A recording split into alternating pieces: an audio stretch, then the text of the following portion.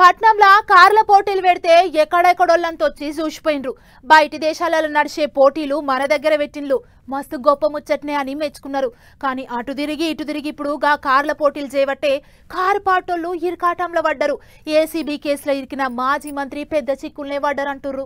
అప్పుడు రేసు ఇప్పుడు కేసు అన్నట్టే అవుతాంది. పోయినరే కార్ల పోటీల కేసులో మాజీ మంత్రి కేటీఆర్ ను అరెస్టు చేస్తారిగా అన్నట్టే వినిపిస్తున్నాయి ముచ్చట్లు. కేసు కొట్టేయాలని అటు హైకోర్టుకు పోతే గట్టెటైతది. చట్టం అందరికి చట్టమే అన్నారట కోర్టు సార్లు. వేసిన పిటిషన్ కొట్టేసి చట్ట ప్రకారం నడుచుకోవాలి అన్నట్టు తీర్పు చెప్పిండ్రు. అందుకే ఇప్పుడు సుప్రీం కోర్టుకు పోతారని అంటున్నారు.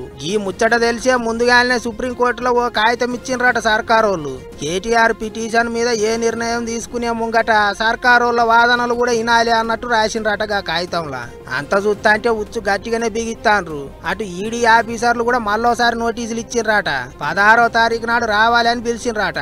కేసుల కిరికిరి గట్టిగానే నడుస్తాంది. ఇగిదిట్లుంటే కారు పార్టీ వాళ్ళకు చెయ్యి పార్టీ వాళ్ళకు నడమ జవడం నడుస్తాంది. తప్పు చేయనప్పుడు ధైర్యంగా ఉండాలి. ఏంటికి బుగులు పడతాండ్రు అంటున్నారు చెయ్యి పార్టీ వాళ్ళు. బుగులు పట్టేది ఏం లేదు, యాడికైతే ఆడికి అంటున్నారు కారు పార్టీ వాళ్ళు. అందరము కలిసి కట్టుగా పార్టీ వీటిని ఎదుర్కొంటుంది. సో కేటీఆర్ గారు కూడా ఆయన సంపూర్ణమైన విశ్వాసంతో ఉన్నారు. మేమందరం కూడా సంపూర్ణమైన విశ్వాసంతో ఉన్నాం. ఈ కేసు కేవలం ఒక కుట్రపూరితమైన కేసు. ఇక్కడ ఎలాంటి తప్పు జరగలేదు కనుక ఆయన కడిగిన ముచ్చంలాగా రేపు బయటకు వస్తారు గదన్నట్టు. చూస్తా అంటే పోత కేసు ముచ్చట్లతోని తెలంగాణలో రాజకీయం కుత ఉడికేటట్టే ఉన్నది. మరిగా చూడాలి ఏమైతుందో అనుకుంటారా అందరూ.